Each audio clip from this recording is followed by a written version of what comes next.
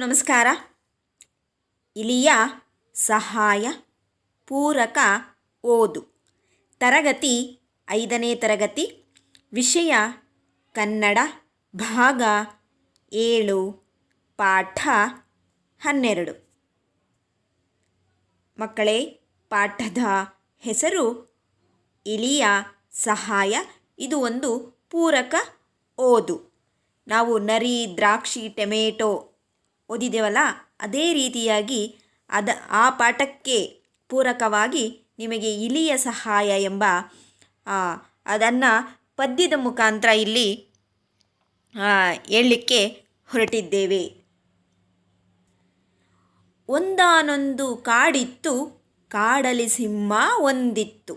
ಮರದಡಿ ತಾನು ಮಲಗಿತ್ತು, ಮೈಮೇಲಿಲಿಯು ಕುಳಿತಿತ್ತು. ಮಕ್ಕಳೇ, ಒಂದಾನೊಂದು ಕಾಡಿತ್ತು.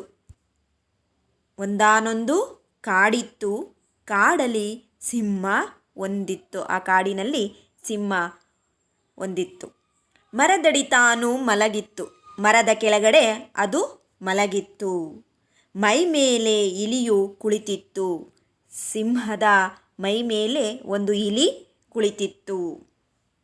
ನೋಡಿ ಮಕ್ಕಳೇ, ಒಂದಾನೊಂದು ಕಾಡು. ಆ ಕಾಡಿನಲ್ಲಿ ಒಂದು ಮರ ಇತ್ತು. ಆ ಮರದ ಕೆಳಗಡೆ ಒಂದು ಸಿಂಹ ಮಲಗಿತ್ತು. ಸಿಂಹದ ಮೇಲೆ ಏನು ಕುಳಿತಿತ್ತು? ಇಲಿಯು ಕುಳಿತಿತ್ತು. ಸಿಂಹಕ್ಕೆ ಸಿಟ್ಟು ಬಂದಿತ್ತು, ಗಪ್ಪನೆ ಇಲಿಯು ಹಿಡಿದಿತ್ತು. ಕ್ಷಮಿಸು ಸಿಂಹ, ಬಿಟ್ಟು ಬಿಡು, ಮುಂದೆ ಸಹಾಯ ಮಾಡುವೆ, ಧನ್ಯದಿ ಇಲಿಯು ಕೇಳಿತ್ತು. ನೋಡಿ, ಯಾವಾಗ ಅದು ನಿದ್ದೆ ಮಾಡುವಂತಹ ಸಮಯದಲ್ಲಿ ಇಲಿಯು ಸಿಂಹದ ಮೇಲೆ ಓಡಾಡ್ತಿತ್ತು, ಅದಕ್ಕೆ ತುಂಬ ಸಿಟ್ಟು ಬಂತು. ಏಕೆಂದರೆ ಅದರ ನಿದ್ದೆ ಕೆಡಿಸಿತು ಈ ಇಲಿಯು. ಆಗ ಅದಕ್ಕೆ ತುಂಬ ಸಿಟ್ಟು ಬಂದು ಗಪ್ಪನೆ ಕೈಯಿಂದ ಹಿಡ್ಕೊಳ್ಳುತ್ತೆ. ಹಿಡ್ಕೊಂಡಾಗ ಅದು ಇಲಿಯು ಕೇಳುತ್ತೆ ಭಯದಿಂದ, ಸಿಂಹ, ನನ್ನನ್ನು ಬಿಟ್ಟು ಬಿಡು. ನನ್ನನ್ನು ನೀನು ಬಿಟ್ಟರೆ ಮುಂದೊಂದು ದಿನ ನಿನಗೆ ಸಹಾಯ ಮಾಡುವೆ ಅಂತ ಧನ್ಯದಿಂದ, ಅಂದರೆ ವಿನಯದಿಂದ ಇಲಿಯು ಸಿಂಹವನ್ನು ಕೇಳಿತು. ನೋಡಿ, ಅದು ಮೈ ಮೇಲೆ ಓಡಾಡಬೇಕಾದ್ರೆ ಯಾವಾಗ ಸಿಂಹಕ್ಕೆ ಕೋಪ ಬಂತೋ ಆಗ ಗಪ್ಪನೆ ಸಿಂಹವು ಆ ಇಲಿಯನ್ನು ಹಿಡ್ಕೊಳ್ಳುತ್ತೆ. ಗಹಗಹಿಸಿ ಸಿಂಹ ನಕ್ಕಿತು, ನಿನ್ನ ಸಹಾಯ ನನಗೆಂತು, ಹೋಗಲೇ ಪುಟ್ಟ ಬದುಕಿಕೋ, ಜಂಬದಿ ಸಿಂಹ ಕಳಿಸಿತು. ಯಾವಾಗ ಇಲಿಯು ಒಂದು ವಿನಯದಿಂದ ಕೇಳಿತು, ಮುಂದೊಂದು ದಿನ ನಾನು ನಿನಗೆ ಸಹಾಯ ಮಾಡುತ್ತೇನೆ ಎಂದಾಗ ಅದಕ್ಕೆ ನಗು ಬರುತ್ತೆ. ನೀನು ನನಗೆ ಸಹಾಯ ಮಾಡುವೆ ಅಂತ ಒಂದು ಕುಚೇಷ್ಟ ಬುದ್ಧಿಯಿಂದ ನಗುತ್ತೆ. ನಿನ್ನ ಸಹಾಯ ನನಗೇಕೆ ಬೇಕು, ಹೋಗಲೇ ನೀನಿರೋದು ಪುಟ್ಟದಾಗಿದೆಯಾ, ಹೋಗು, ಬದುಕ ಹೋಗು ಅಂತ ಜಂಬದಿಂದ ಸಿಂಹ ಅದಕ್ಕೆ ಹೇಳಿ ಕಳಿಸಿತು. ಮತ್ತೊಮ್ಮೆ ಸಿಂಹ ಮಲಗಿತ್ತು, ಬಲೆಯಲ್ಲಿ ಅದು ಸಿಲುಕಿತ್ತು. ತಕ್ಷಣ ಇಲಿಯು ಬಂದಿತ್ತು, ಹಲ್ಲಲ್ಲಿ ಬಲೆಯ ಕಡಿದಿತ್ತು. ಅದೇ ರೀತಿಯಾಗಿ ಮತ್ತೊಂದು ದಿನ ಅದೇ ಜಾಗದಲ್ಲಿ ಸಿಂಹ ಮಲಗಿಕೊಂಡಿರುತ್ತೆ. ಮಲಗಿಕೊಂಡಂತಹ ಸಂದರ್ಭದಲ್ಲಿ ಯಾರೋ ಬೇಟೆಗಾರ ಬಂದು ಆ ಸಿಂಹಕ್ಕೆ ಬಲೆಯನ್ನು ಹಾಕ್ತಾನೆ. ಆ ಬಲೆಯೊಳಗೆ ಸಿಂಹವು ಸಿಕ್ಕಿಕೊಂಡಿರುತ್ತೆ.